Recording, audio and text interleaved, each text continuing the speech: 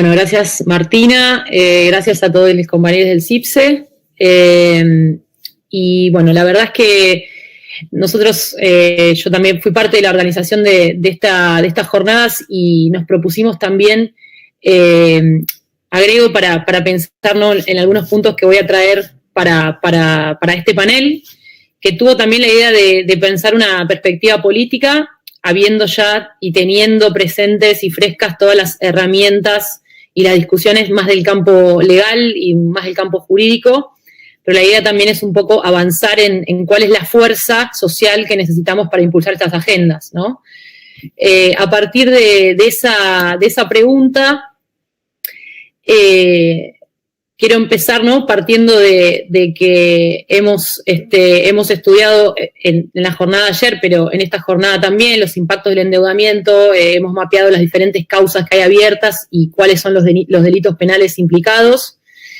Y quisiera yo plantear, ¿no?, un primer desafío, ¿no?, en esta clave de pensar la dimensión del endeudamiento legítimo en toda su politicidad, es cómo avanzamos en este proceso de ilegitimación de la deuda, ¿no? Más allá, que por supuesto tiene un punto importantísimo en las herramientas jurídicas que contaban los compañeros en el panel que me antecedió, pero que necesita además, ¿no?, combinarse con prácticas políticas concretas que además lleven a cabo una confrontación con las condiciones y con los mandatos de austeridad que impone ese endeudamiento.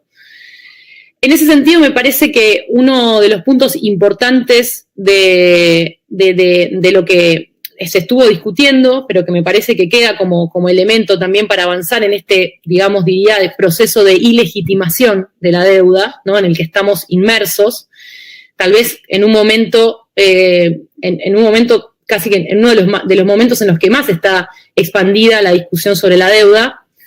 Me parece que hay dos elementos importantes que quedan como puntos a politizar, ¿no?, y a involucrar a actores concretos que estén dando luchas en ese sentido. Primero, ¿no?, la discusión de qué es investigar la deuda, ¿no? ¿Quiénes tienen que dar información sobre ese proceso? ¿Quiénes tienen que pagar por las consecuencias de ese endeudamiento? Y en segundo lugar, me parece que hay una discusión muy importante en términos de cuáles son los fundamentos de esa ilegitimidad, ¿no? Pensándolo no solamente desde el punto de vista jurídico, sino en términos de cómo hacer una pedagogía que involucre a la ciudadanía, una pedagogía de masas en términos de la ilegitimidad de ese endeudamiento. Creo que en ambos procesos tienen que estar implicados actores de la sociedad civil, movimientos sociales y movimiento feminista, ¿no?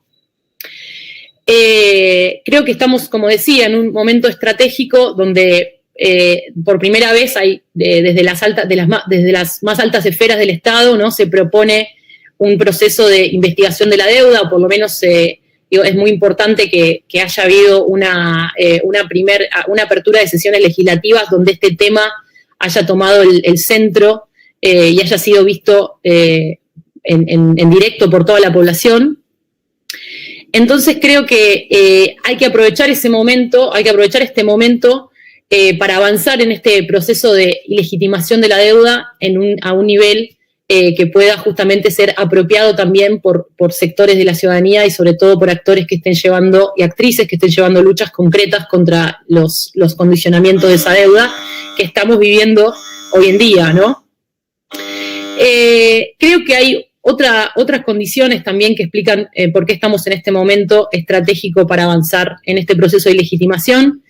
Creo que hay una legitimidad social acumulada contra la austeridad que significó las políticas aplicadas por el macrismo.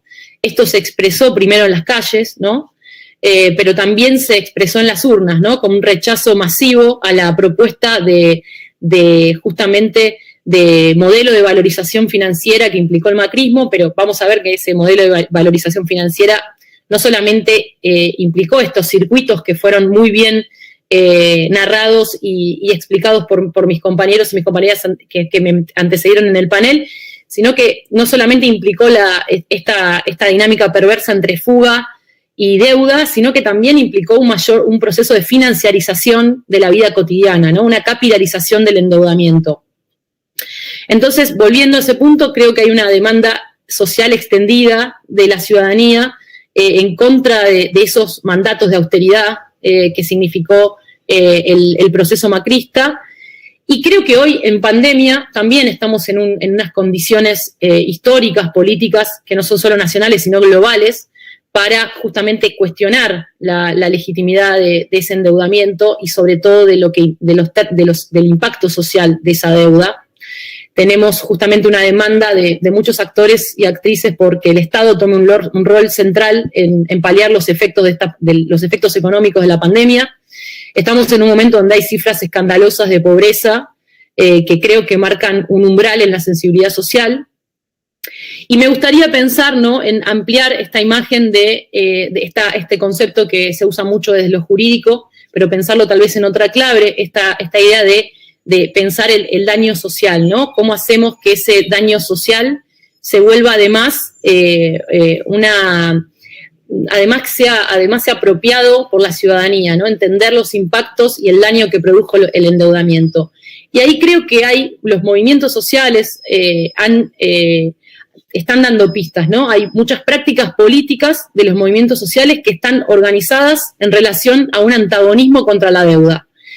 Pienso, por ejemplo, en la consigna "La deuda es con nosotros", ¿no? Que en la semana pasada hubo una expresión del Sindicato de Trabajadoras y Trabajadoras de la Economía Popular. Usaron esa consigna para exigir la vuelta del ingreso familiar de emergencia, ¿no? Una idea de un antagonismo entre capacidad del Estado para intervenir en emergencia contra las condiciones que exige el endeudamiento con el Fondo Monetario, ¿no? Ahí hay una confrontación directa y un antagonismo muy claro en contra del mandato de autoridad de la deuda.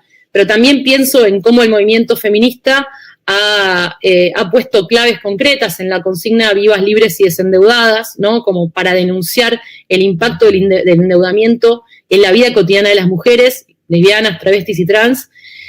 Primero, en primer lugar, cómo ese endeudamiento externo que se ha justamente tomado de forma como nunca antes en la historia en el gobierno macrista, ha significado una serie de despojos y en servicios públicos, pero también ha significado, por ejemplo, el retiro de las jubilaciones, de las llamadas jubilaciones de ama de casa, que son justamente esos condicionamientos y esos ajustes que el Fondo Monetario exige en los sistemas previsionales, impactan particularmente en poblaciones como las mujeres, como la población LGTBIQ, que tiene los índices de informalidad más altos y los índices de trabajo no remunerado más altos, y justamente esas pensiones lo que estaban haciendo era reconociendo un trabajo que habían desarrollado las mujeres en sus casas y que tenían la oportunidad de jubilarse, ¿no?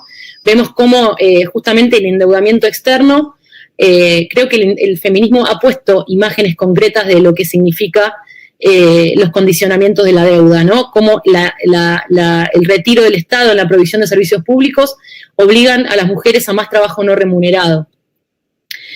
Y también, por ejemplo, un caso más cercano, pensándolo en las discusiones de estos días, cómo, por ejemplo, se organizó la demanda por la nacionalización de la hidrovía en una relación directa con el drenaje de recursos que significa para el Estado Nacional, y cómo eso muchas veces se traduce en necesidad de endeudamiento, ¿no? Por las divisas que no ingresan. Entonces hay, creo, una necesidad de involucrar a actores sociales y a movimientos sociales que justamente lo que hacen es, de alguna manera, pluralizar, poner imágenes concretas de lo que significa ese daño social, ¿no? Ese efecto del endeudamiento. Y en ese sentido, me parece que un segundo punto, que creo que también es muy importante en términos del proceso del que venimos, que tiene que ver por cómo la discusión también de cómo el endeudamiento externo se derramó y se capilarizó en endeudamiento privado. Es decir, cómo ese endeudamiento externo tomado por el macrismo fue al mismo tiempo una exigencia de endeudarse para vivir. Y esto sucedió justamente porque hubo un proceso, a partir del ajuste, ¿no? Como hubo un proceso de deterioro muy grande en salarios y subsidios, y a partir de los índices de inflación, esos salarios y subsidios dejaron de alcanzar para acceder a los bienes más básicos, y se hizo necesario completar esos ingresos tomando deudas, ¿no? Deudas que, por ejemplo, hay un hecho muy importante, muy elocuente en ese sentido, que tiene que ver que a partir del año 2017 hay una toma masiva de deuda de beneficiarias de la asignación universal por hijo con el ANSES a tasas altísimas, y esa deuda empieza a utilizarse para vivir, ¿no? Esa deuda se toma para comprar alimentos, para comprar medicamentos.